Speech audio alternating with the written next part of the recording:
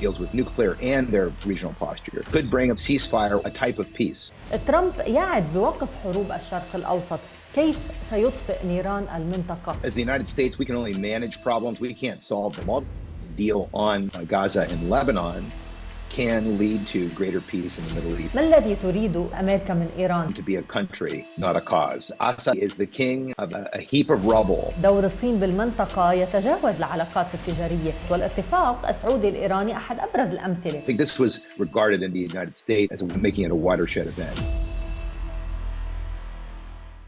مرحبا، حديث المجلة اليوم عن الفوز التاريخي لترمب وسياسته الخارجية ومستقبل العالم بملفاته المفتوحة. أنا جهينة خلدي. عاد ترمب بأجندة تنذر بأنه يعتزم إعادة تشكيل ملامح السياسة العالمية.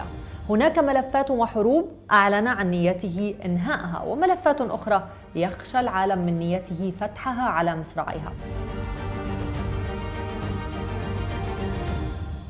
ونسأل اليوم ما الذي يعنيه هذا الفوز بالنسبة لأمريكا، حلفائها وخصومها، وكيف سيؤثر هذا الفصل الجديد في التاريخ الأمريكي على النظام العالمي المستقبلي.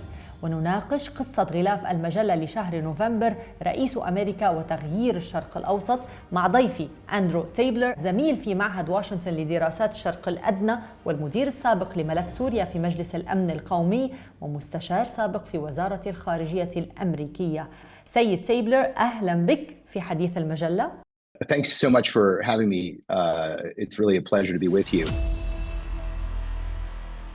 سيد تيبلر، بعد فوزه التاريخي هل العالم مستعد لترامب بلا قيود؟ I think in terms of Americans, I think they're ready for a change. I mean, Trump's victory was decisive, so that's pretty clear. It's, this is not a victory that his opponents, in the past have blamed on Russia or whoever. This is the will of the American people, and that's where all power is derived in the United States, right? Is via these elections every 4 years for president and 2 years for representatives. With that decisive victory, I think is going to come a new approach to foreign policy, one that's hopefully more effective in terms of pursuing American interests, and at the same time trying to get America out of what are oftentimes described as forever wars or long-term military engagements abroad.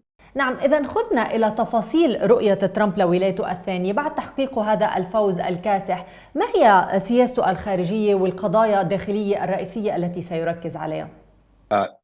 These are all really good questions. I think there are a few things. There will be different theaters in which the Trump administration will be looking at options. So, for example, in the Middle East, and this is no secret to anyone, I think you're going to see a much stronger, thought-out policy concerning Iran, its nuclear program, and its sponsorship for proxies across the region. Now, what does that exactly mean? It's unclear. We won't know until the administration starts. But if the first Trump administration is any indication, it'll involve primarily three things. One is diplomacy and messaging. And I think Trump administration, the first one was pretty clear about how, America and Trump felt about Iran. This diplomacy is an ability to deal with different problems. And I think that's going to be extended. But also you're going to see maximum pressure and sanctions perhaps return in some way, shape, or form. There's been a lot of criticism of Biden's non-enforcement of sanctions, and I think that's something that Team Trump is going to look at. And then last but not least is what is called the credible threat of the use of military force. It doesn't mean that he's going to use military force. It doesn't mean that it's going to be used in a certain way. It means that when you do threaten it to get a certain outcome, you follow through on using it. You don't walk away from a red line, as Barack Obama did in 2013 in Syria. So I think these are going to be the fundamental aspects of a Trump approach to the Middle East. In other places, I think you're going to see particularly in Ukraine, you're going to see a different American policy. It seems in the early days here that there will be, of course, support for the Ukrainians, but at the same time, a recognition that a negotiated settlement to the Ukraine war. It will be ultimately necessary, not because anybody really wants it because of any special relationship, but because the war in Ukraine had come into a kind of stalemate and therefore was not winnable decisively without a further escalation by the United States and probably an angering of Russia and making things worse. ترامب يعد بوقف حروب الشرق الأوسط. كيف سيطفئ نيران المنطقة؟ ما هي الصفقة التي يمكن أن تنهي الصراع بالشرق الأوسط برأيك؟ Yeah, so, we can only really, as the United States, we can only manage problems. We can't solve them. Ultimately, that's up to people in the Middle East who live there, right? And that's just going the way it is. So I think a real question is, could you come up with an agreement that decisively dealt with Iran's nuclear program, also its regional activities? And as you know, they're extensive. You are from Lebanon. Their reach to the Mediterranean is extensive. Their support for sub-state actors, armed groups throughout the Middle East, has been going on for decades. And they work against America's interests and that of its allies, such as Israel. But forget about Israel. All the Arab countries who are now coming together under the Abraham Accords in one way, shape, or form have similar interests. And they don't want Iran undermining their stability at home. A deal over that deals with nuclear and their regional posture could bring about at least a lasting ceasefire or a type of peace. Whether that would actually ultimately lead to peace, it's hard to say because of the degree to which the Iranian government or the regime there is anchored to resisting both the United States and Israel. نعم سيد تيبلر، لكن كما رأينا بالقمة العربية الإسلامية حلفاء الولايات المتحدة بالمنطقة يطالبون بوقف إطلاق النار بغزة وبلبنان، وقف الإبادة الجماعية كشرط لتحقيق السلام الذي يتضمن حل الدولتين كأحد أهم بنوده. فما سيكون موقف الإدارة الأمريكية الجديدة بقيادة ترامب من هذه المطالب؟ Yeah, so that's an excellent point. I don't think anybody wants there to be continued human suffering in Gaza or even in southern Lebanon for that matter. The problem isn't the people, right? They're the ones that are suffering because armed groups attack another country across the frontier, as we saw on the October 7th attacks, which led to the Gaza war, but also in terms of Hezbollah attacks against Israel. And so ultimately, what everybody would benefit from, civilians and so on, is a viable solution. And that viable solution means that those who are adjacent to Israel have to recognize that they're not going to tolerate attacks into their territory, and that some sort of arrangement needs to be made. Particularly, the current negotiations over southern Lebanon, I think, are quite good, in that you could come up with an agreement that didn't allow for fighting inside of Israel, that allowed Israelis to return to the northern part of the country and allowed Lebanese to live in peace. But we haven't seen that yet, and in lieu of that, we've seen an Israeli military process, where they have gone slice by slice through Hezbollah and its leadership, like I've never seen in all my 30 years of working in the region. And the question is that going to continue, or are we going to come to a diplomatic arrangement? And perhaps under President Trump, we can arrange that. But it's going to be very hard to figure out all those details. And it's also going to be hard to understand where are we going to be on January 20th, 2025, when Trump takes over and his team takes power. هل تعتقد أن طبيعة العلاقة بين نتنياهو وترمب قد تكون أكثر تعقيداً مما تبدو عليه؟ يعني رغم اعتبارهما حليفين قويين، هناك حديث عن انزعاج ترمب من كلفة قرارات نتنياهو. برأيك هل سينجح ترمب ويقدم ما تحتاجه المنطقة للوصول إلى اتفاق وقف لإطلاق النار؟ So I don't think President Trump wants to get involved in domestic Israeli politics. That's up to the Israelis themselves. And of course, there's a lot to be said there, right? And both in terms of people supporting Netanyahu as a wartime president, but also the criticisms over the corruption scandals that surround him. I think President Trump, though, will be looking at what is something that can calm the situation down so that we don't have threats to other vital American interests in the region.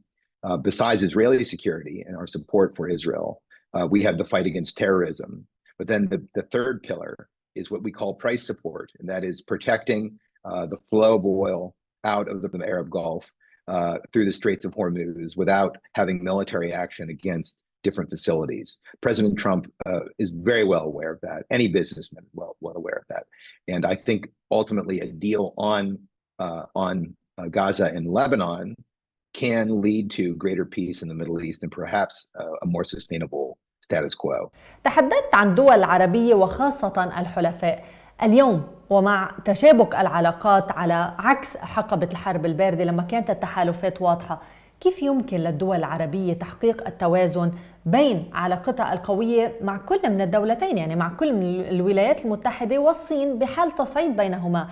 هل تجد نفسها مضطرة للاختيار بين القوتين أم تستطيع المناورة للحفاظ على مصالحها دون انحياز؟ I think there'll be there have been real questions about, the degree to which Arab countries are involved in terms of technology in particular with China, whether it's in terms of cell phone networks and other kinds of activities, the use of AI and so on. So I think that's going to continue to be controversial. But, is the Middle East still going to trade oil with China during a Trump administration? Sure it is, right? I think the real question is going to be if there's a crisis, for example, over Taiwan or something else involving trade battles with the United States, I think it's going to put the Arab countries in a sticky situation because they're going to have to respond in a certain way. They can stay out of the limelight, so to speak, but ultimately it's going to come with some choices. Now, but the Middle Eastern countries don't think are really caught in the middle of this. This is more of a issue over the Indo-Pacific. And so with a greater concentration on these issues, you could see, though, America stepping away from an over-concentration on the Middle East. And that could have benefits in that it would allow regional parties to make deals on their own. And it could also have some drawbacks in that in the midst of a crisis in the Indo-Pacific, and then there's something that happens in the Middle East, there's only so much bandwidth that an administration can dedicate. And that could be a big change. نعم، لكن دور الصين بالمنطقة يتجاوز العلاقات التجارية، يعني أسهمت بتهدئة الأزمات بالشرق الأوسط، والاتفاق السعودي الإيراني أحد أبرز الأمثلة. ما أثر هذا الدور على النفوذ الأمريكي؟ هل رح تزيد عودة ترمب الضغط للحد من الدور الصيني الدبلوماسي المتزايد؟ Well, yes. So the agreement that brought about a détente in the Gulf, which was organized by China, I think was an interesting way for China to get further involved in the Middle East beyond trade. And I think this was what was regarded in the United States as making it a watershed event. But ultimately, did it suit American interests? In that particular case, it did, right? Because we don't want a further war between the Arab countries and Iran. We don't want there to be a larger problem that pulls what happened and the horrors that happened in Gaza and then in Lebanon into that greater regional mix. And managing it was easier because there was a détente between the Arab countries and Iran. But now that we have President Trump in office, I think he's going to be eager to try and calm things down, to try and make things more manageable. Every American president wishes that. Whether it happens or not, though, is up to the players. عبارة تهدئة الأمور تحمل معاني متعددة وتفتح المجال لعدة احتمالات. ما الذي تريده أميركا من إيران تحديداً؟ I think they want a couple of things. A, they want them to be a country, not a cause, right? The revolutionary zeal from 1979 remains. Their constant brandishments against the United States and Israel, I think don't do anyone any good. And then particularly, I think the Iranian people are not very happy with this approach. They have a lot of domestic problems, some of which, of course, are because the Iranian regime is isolated. But the other part is just the regime itself is poor on governance. And therefore, the United States wants there to be a return to normalcy. There's no problem with Iran as a country. It's when it becomes a cause that it becomes destabilizing for the region. Second, I think there has to be a decisive deal over Iran's nuclear program. I don't think anyone believes that it's just for civilian purposes, that it is a weapons program and it needs to be something that is managed. And over time, the United States and its allies have been trying to deal with this. But the problem is, how do you deal with it diplomatically without a military strike that would at least set it back? That's something that has not been explored until now. But as the Iranians have enriched further to 90%, I think now there are real concerns that Iran could go nuclear, and the military option will increasingly be one that is put onto the table, or at least the threat of it, in trying to deal with this issue. Hopefully that's not the case. And by the way, that wouldn't necessarily even come from the United States itself. It could come from Israel directly, because we can see very clearly in the last year that Israeli military capabilities have expanded significantly, and now have been able to cut through a lot of Iranian weaponry in Lebanon and elsewhere, but also to directly attack the Iranian mainland. And this is a real concern in that these attacks back and forth could cause a lot of destabilizing activities in the Arab Gulf that would affect energy prices. بظل الحديث عن حروب الشرق الأوسط وصراع حزب الله وإسرائيل، كيف بتقيم دور بشار الأسد؟ يعني هل قادر على تحقيق التوازن بين التزاماته تجاه إيران وحزب الله والدول العربية؟ وهل هو فعلا مهدد من قبل الإسرائيليين؟ I think Assad seems to be out of the axis of resistance, right? That's the argument. If you look closely, he's still in it, right? I mean, the Israelis are striking facilities that are co-located with Syrian military facilities, whether it's the Aleppo airport, which led to the death earlier this year of about 50 Syrians, I believe, or if you look at the strikes recently on Masyaf, there you had the Syrian Scientific Research Division being co-located with a Hezbollah missile facility. So, but is he allowing attacks across the Golan frontier? There have been very few in the last year, right? Why? Because Assad is exhausted. He is the king of a heap of rubble. And unfortunately, he can't survive and attack Israel at the same time. And in a way, he's become the best of enemies, which his father Hafez al-Assad was often accused of being. And that is that you're theoretically in a state of war against the country, but you don't do very much because you have these sort of agreements in place. What happens though now is uncertain. The other thing that's kept Assad in check, it has been a pretty direct message conveyed to him reportedly by Israel via Arab countries that if he enters the war in support of Hezbollah and Iran, he will suffer directly militarily. And he doesn't want that because not only is he too weak economically in terms of governance, but because his military capabilities are so small.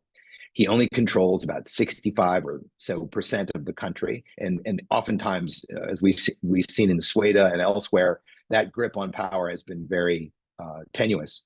So those things seem to have kept Assad out of the war. Is he willing to kick Iran out of the country or even capable of doing it?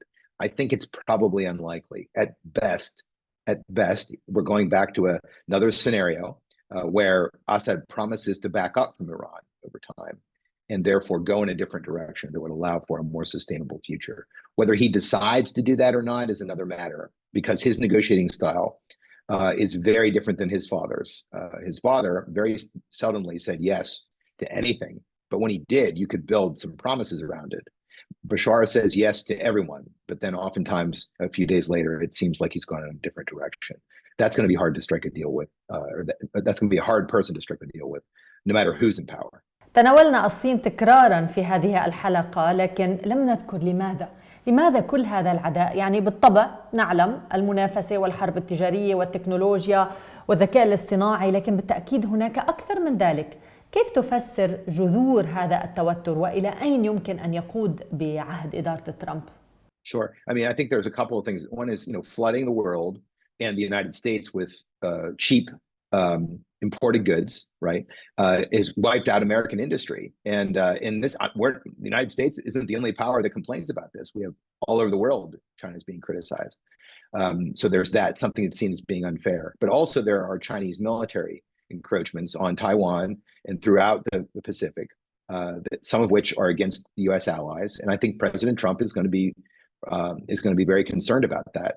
How he approaches it, though, is another matter, because the Chinese are so invested in the U.S. economy and the U.S. Treasury bills. Everyone would better be in a better situation to have a negotiated settlement. How do you reach that? It's unclear. But what we do know from the campaign is that at a minimum, we're going to have, it seems, tariffs placed upon Chinese and other goods that are coming in the United States. And they vary in terms of percentage. Some are 20%, some are up to 60%. And that's going to change the competitiveness of Chinese imported goods. And as President Trump, I think, would like, to have businesses relocate inside the United States and to manufacture and assemble things there, particularly in the center of the country, which has been deindustrialized over the last 30 or 40 years. لكن على الناحية الأخرى ألا يقلق أن يؤدي تصعيد ترامب ضد الصين إلى تكوين تحالف أقوى بين القوى الشرقية، بين روسيا، بين إيران وكوريا الشمالية؟ So the new alliances that have come out the last few years, the deepening of the Russian-Iranian alliance in particular, has been noteworthy. Whether they're going to split apart now in the face of Trump victory would be unclear. I don't know what would keep them from further working together because they're now on the same side of different conflicts. But there are cracks in this, right? There are differences. While Iran and Russia might have common cause over Ukraine, they don't have the same cause over Syria, for example. I think it's been pretty clear that Russia does not want Syria to be an active front, but the Iranians do to a certain extent. But they don't openly disagree with each other. More of it's behind the scenes. I think the United States would do well to try and split these parties apart. How to do so will require a pretty good strategy. I'm sure that as the transition unfolds, we're going to have attempts to do that. نعم.